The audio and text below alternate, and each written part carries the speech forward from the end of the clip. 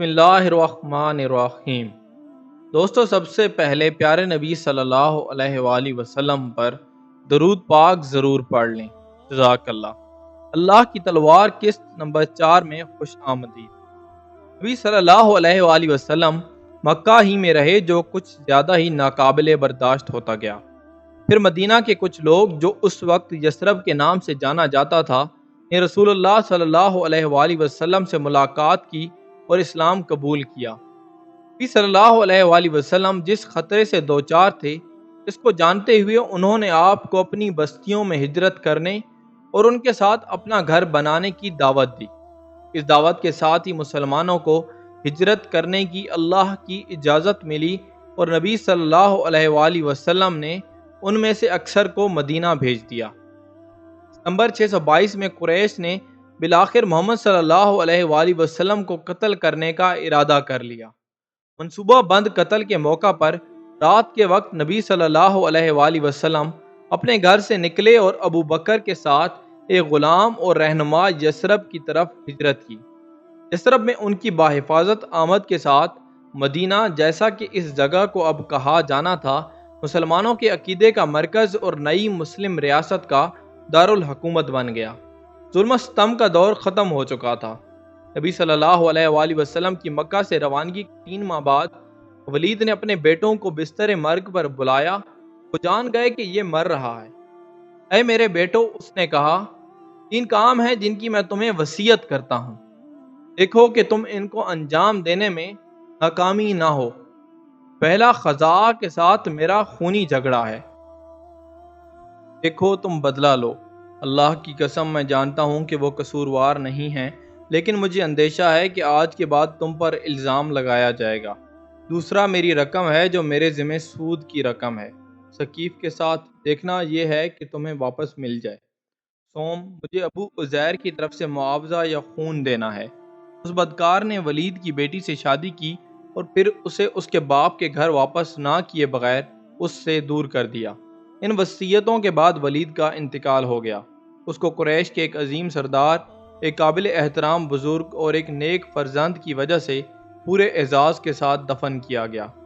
پہلا مسئلہ بغیر کسی مشکل کے حل ہو گیا اور خزاعہ نے خون کی رقم ادا کی اور یہ معاملہ بغیر کسی تشدد کے بند کر دیا گیا۔ دوسرا معاملہ کئی سالوں تک زیر التوا رہا اور پھر اسے غیر حل شدہ کے طور پر روک دیا گیا۔ جہاں تک تیسرا مسئلہ ہے، یعنی ولید کے داماد کے ساتھ جھگڑا، تو خالد کے بھائی حشام نے فیصلہ کیا کہ وہ ابو عزیر کے خون سے کم کسی چیز پر راضی نہیں ہوگا۔ اس نے موقع ملنے سے پہلے 1 سال سے زیادہ انتظار کیا، پھر اس نے اس آدمی کو قتل کر دیا۔ معاملہ ایک بدصورت پہلو اختیار کر گیا اور دونوں خاندانوں کے درمیان مزید خون ریزی کا خطرہ تھا، لیکن ابو سفیان نے مداخلت کی اور صلح کرا لی۔ مزید خون نہیں بہایا گیا۔ اپنے والد کی وفات کے بعد کے سالوں کے دوران خالد مکہ میں سکون سے رہے، اچھی زندگی سے لطف اندوز ہو رہے تھے جو ان کی دولت سے ممکن ہوئی تھی، یہاں تک کہ آپ نے ایک تجارتی کاروان کے ساتھ شام کا سفر کیا، بصرہ نامی ایک بڑے قصبے تک، جہاں انہیں کئی سالوں بعد فوجی مقصد کے طور پر جانا تھا۔ ہم نہیں جانتے کہ اس وقت ان کی کتنی بیویاں یا بچے تھے، لیکن ہم 2 بیٹوں کے بارے میں جانتے ہیں۔ بڑے کا نام سلیمان اور چھوٹے کا عبد الرحمن تھا۔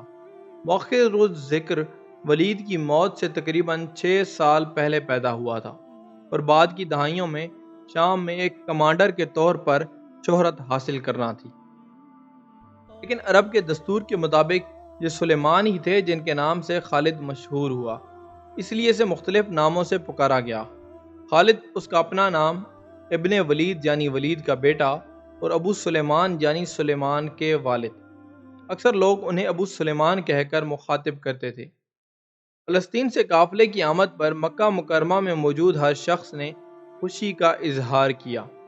قافلہ چند دنوں میں شدید خطرے میں تھا، کیونکہ یہ مدینہ منورہ کے قریب ساحلی راستے سے گزرا اور قریب مسلمانوں کے ہاتھ لگ گیا تھا۔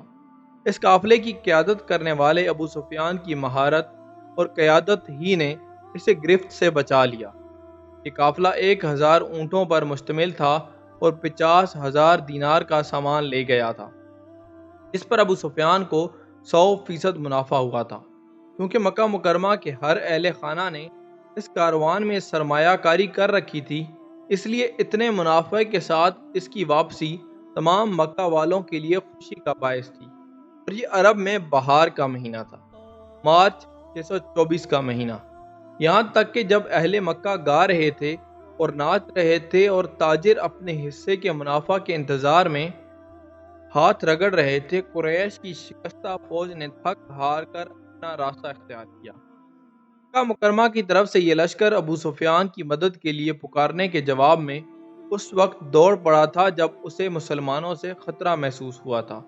اس سے پہلے کہ قریش کی فوج حرکت میں آتی، ابو سفیان نے قافلے کو بچا لیا اور قریش کو مکہ واپس جانے کا پیغام بھیجا، کیونکہ خطرہ ٹل چکا تھا۔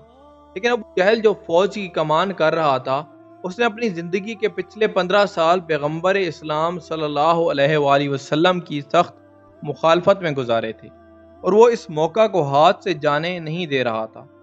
واپس آنے کے بجائے اس نے مسلمانوں کے ساتھ جنگ چھیڑ دی تھی۔ اب یہ مغرور فوج صدمے اور ذلت کے عالم میں گھر لوٹ رہی تھی۔ قریش کی فوج ابھی راستے میں ہی تھی کہ اس کا ایک قاصد تیز رفتار اونٹ پر مکہ کی طرف روانہ ہوا۔ قصبے کے مضافات میں داخل ہوتے ہی اس نے اپنی قمیض پھاڑ دی اور سانحے کا اعلان کرتے ہوئے اونچی آواز میں پکارا۔ اہل مکہ جلدی جلدی اس کے گرد لڑائی کی خبر لینے کے لیے جمع ہو گئے۔ وہ اپنے عزیزوں کے بارے میں پوچھتے اور وہ ان کا حال بتاتا۔ ان لوگوں میں ابو سفیان اور اس کی بیوی ہند بھی موجود تھیں۔ اس قاصد سے ہند نے اپنے عزیزوں کے کھو جانے کی خبر سنی اور پیغمبر اسلام کے چچا حمزہ اور علی کے ہاتھوں اس کے والد عتبہ کی موت، حمزہ کے ہاتھوں اس کے چچا شیبہ کی موت، علی کے ہاتھوں اپنے بھائی ولید کی موت اور علی کے ہاتھوں اپنے بیٹے حنظلہ کی موت پر اس نے حمزہ اور علی پر لعنت کی اور انتقام کی قسم کھائی۔ جنگ بدر مسلمانوں اور ان کے دشمنوں کے درمیان پہلی بڑی جھڑپ تھی۔ 313 مسلمانوں کی ایک چھوٹی سی فوج 1000 کافروں کے حملے کے خلاف چٹان کی طرح کھڑی تھی۔ 1-2 گھنٹے کی شدید لڑائی کے بعد مسلمانوں نے قریش کی فوج کو ٹکڑے ٹکڑے کر دیا تھا اور قریش میدان جنگ سے بے حال ہو کر بھاگ گئے تھے۔ قریش کے بہترین لوگ جنگ میں مارے گئے یا قیدی بنائے گئے۔ کل 70 کافر مارے گئے اور 70 کو مسلمانوں نے پکڑ لیا، صرف 14 مسلمانوں کی موت کی قیمت پر۔ ہلاک ہونے والوں میں بنی مخزوم کے 17 افراد شامل تھے، جن میں سے زیادہ تر یا تو خالد کے چچا زاد یا بھانجے تھے۔ ابو جہل مارا گیا تھا۔ خالد کے بھائی ولید کو قیدی بنا لیا گیا تھا۔ جیسا کہ رسول صلی اللہ علیہ وآلہ وسلم نے ان لوگوں کے ناموں کا اعلان کیا جو مرے تھے اور جنہوں نے انہیں قتل کیا تھا۔ قریش نے اس تعداد کو نوٹ کیا جس کے ساتھ علی اور حمزہ کے نام دہرائے گئے تھے۔ حضرت علی نے خود سے 18 افراد کو قتل کیا تھا اور 4 دیگر کے قتل میں شریک تھے۔ حضرت حمزہ نے 4 آدمیوں کو قتل کیا تھا اور مزید 4 کے قتل میں علی کے ساتھ شریک تھے۔ اس طرح اس غمناک مجلس کی کارروائی پر حضرت علی کا نام غالب رہا۔ 2 دن بعد ابو سفیان نے قریش کے تمام سرداروں کی ایک کانفرنس منعقد کی اور ان میں سے کوئی بھی ایسا نہیں تھا جس نے بدر میں کسی عزیز کو نہ کھویا ہو۔ کسی نے باپ، کسی نے بیٹے اور کوئی ایسے تھے جنہوں نے بھائی کھوئے ہوں۔ کانفرنس میں سب سے زیادہ آواز اٹھانے والے صفوان بن امیہ اور ابو جہل کے بیٹے اکرمہ تھے۔ اکرمہ کو روکنا سب سے مشکل تھا اور اس کے والد کو بدر میں قریش کی فوج کی کمان کرنے کا اعزاز حاصل تھا اور وہ جنگ میں گرے تھے۔ بیٹے کو اس بات سے کچھ سکون ملا کہ اس کے باپ نے بدر میں ایک مسلمان کو قتل کیا تھا اور اس نے خود دوسرے کو قتل کیا تھا۔ مزید یہ کہ اس نے حملہ کر کے اس مسلمان کا بازو کاٹ دیا تھا جس نے اس کے والد کو جان لیوا زخمی کر دیا تھا، لیکن یہ اس کی انتقام کی پیاس بجھانے کے لیے کافی نہیں تھا۔ اس نے اصرار کیا کہ بطور بزرگ قریش وہ بدلہ لینے کے پابند ہیں۔ جاری ہے۔ دوستو، امید ہے آپ کو یہ دلچسپ اور معلوماتی ویڈیو ضرور پسند آئی ہوگی۔ مزید ایسی معلوماتی ویڈیوز کے لیے ہمارے چینل کو ضرور سبسکرائب کریں اور بیل کا بٹن دبانا نہ بھولیں۔ جزاک اللہ خیر۔ اللہ آپ سب کا حامی و ناصر ہو۔